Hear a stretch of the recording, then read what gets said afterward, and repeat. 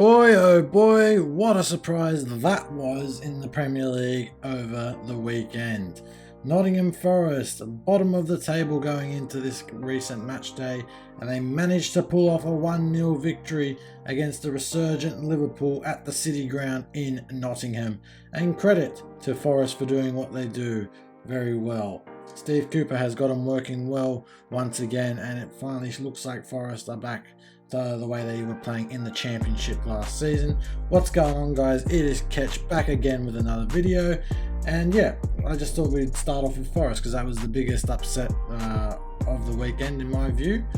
And to be honest, not a lot of people saw this one coming, and it ended 1-0 to Forest in the end. A resolute defensive display from Forest, and it was Taiwo Awoniyi, the ex-Liverpool striker, who got the winning goal in the end. It came from a Steve Cook ball across the 6-yard box, and it bounced off the post, and Awoniyi was on hand to poke in the rebound.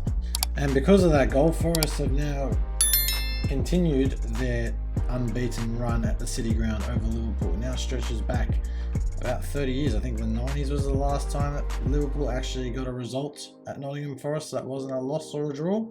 So Forest have got now a good record against Liverpool at the City Ground. Will this be the result that kickstarts Forest's momentum further up the table, or is it just a false dawn? And will Liverpool finally snap out of this, I guess, stop-start form, or inconsistent form, if you will, that they've been showing so far this season?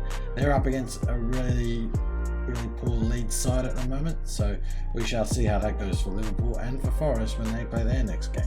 Meanwhile, over at Stamford Bridge, Man United rescued a 94th minute Casemiro equaliser against Chelsea, and it sparked wild scenes in the away end. The United supporters were very pleased to see their side get a last minute equaliser, and to be perfectly honest, they probably did deserve to get that equaliser.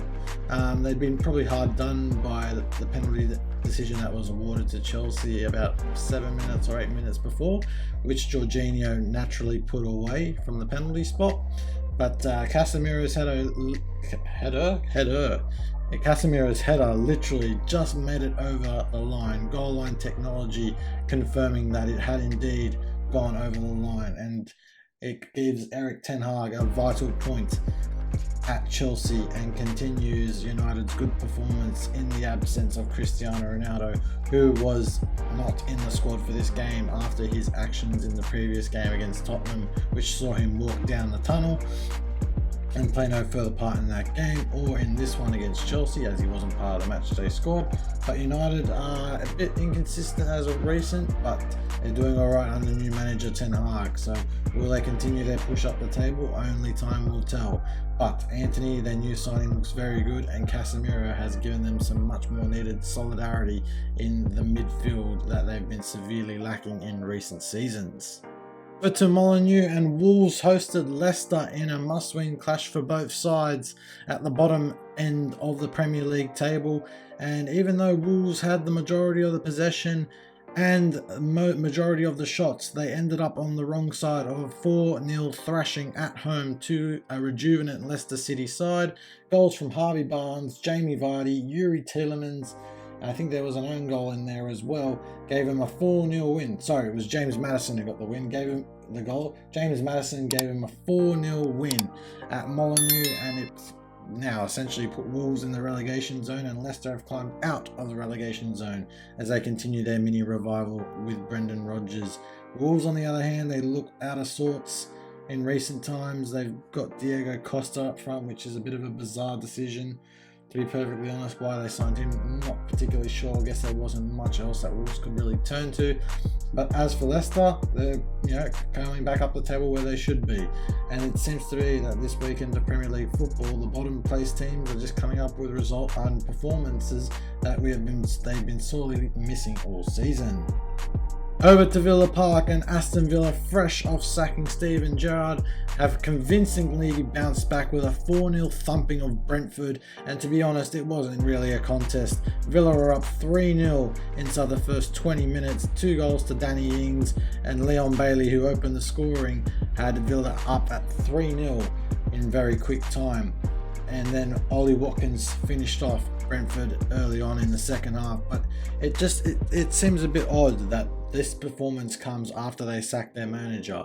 It seems a bit weird. It almost feels like the players weren't playing for the manager, and I kind of feel a bit sorry for Steven Gerrard, that the performances now come from Aston Villa, but hopefully Villa stay up, because they're a historical club in terms of English football, and this performance proves that they can play good football. It's just it was been sorely lacking the last few weeks and months of the Gerrard regime. But anyway, Villa bounced back, they've moved on, and hopefully they can continue their rich vein of form when they play next time out.